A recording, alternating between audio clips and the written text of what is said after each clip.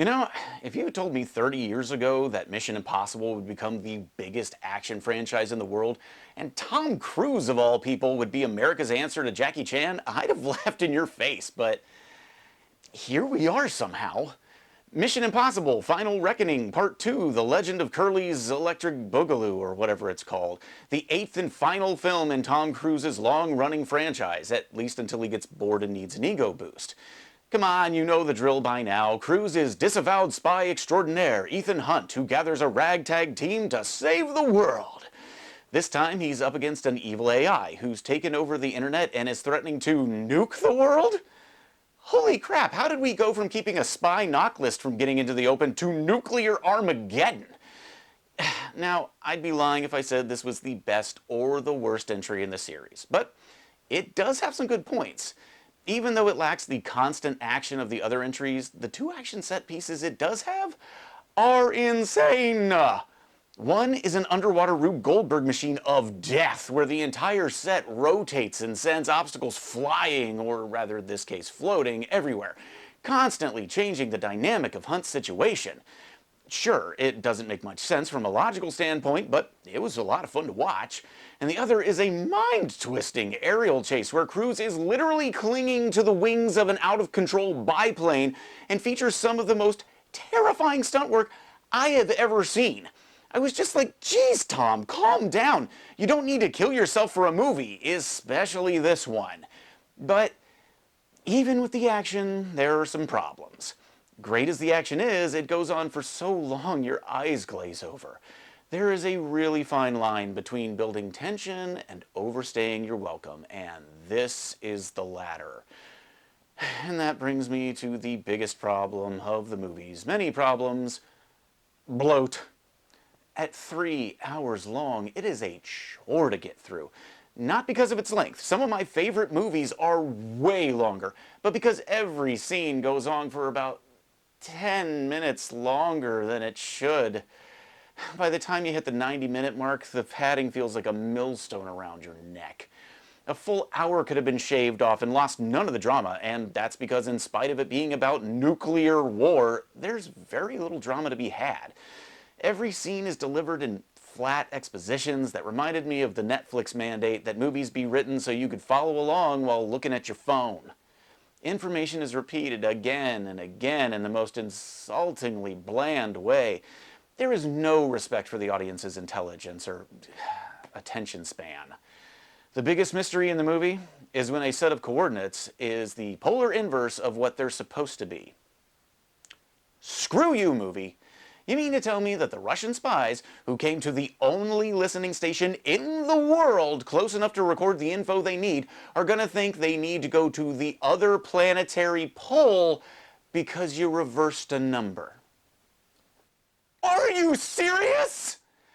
The kid sitting behind me randomly laughing at his own thumbs for 3 hours figured that out before Ethan Hunt did.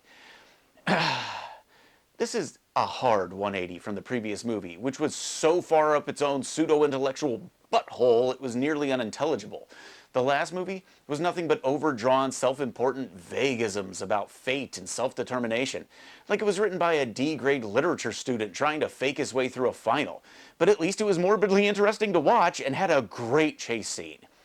This is Where's Waldo if Waldo was the only guy on the page. Oh look, there he is! Who could have guessed? Not only that, but apparently Hunt is now the center of the known universe.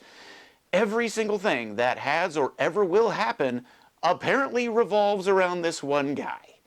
He has a special connection to the villain that will make your eyes roll out of your head. Characters from past films show up at the most convenient times to forgive him for his misdeeds, so he can be the bastion of Messiah-like perfection Cruise wishes he was. One guy literally thanks him for ruining his entire life. He even gets a posthumous message from a friend telling him how perfect and awesome he is. Every single film in the franchise has a direct connection to this one. Except for Mission Impossible 2. That's the redheaded stepchild they keep in the basement during the cocktail parties. Sure, you love it, but you don't want to acknowledge it in good company. All of that is to say, any depth the character once had is gone. All of his self-doubts and fears are replaced with praise and absolution from those he once wronged. And, of course, his love interest is 20 years younger than he is, because heaven forbid a Tom Cruise character falls for someone born in the same decade. I remember watching Mission Impossible 3, where Hunt had to take on a more intellectual rival, and I was thinking, man, this is amazing. He can't just punch his way out. He has to think and maneuver mentally, and when he loses someone, there's real pain that will haunt him forever. And Cruise did some of his best acting in the franchise in that film. But here he just punches, kicks, runs, falls, and jumps through every challenge like he's a video game character on easy mode, and every injury can be shrugged off by a quick nap. Unfortunately, in this game, you can't skip the cutscenes where he's being praised for being the bestest ever, even when the people he's ruined are speaking. This is not a fitting end to the franchise. It is Tom Cruise wanting to be absolved for his insecurities through a character that should have more depth and not knowing how to do it in a way that is satisfying for the fans.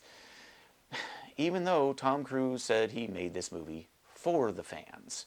What he meant was he went to great lengths to be entertaining during a few scenes, but he's completely forgotten who Ethan Hunt is as a man and how to deliver on character and story. I'll take the first movie, and especially the third one, over Cruise on the wing of a plane any day.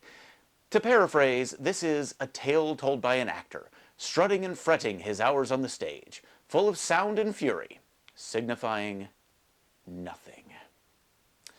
But those are just my thoughts. What did you think of the finale to Mission Impossible? Did you love it? Hate it? Am I being too harsh? Not harsh enough?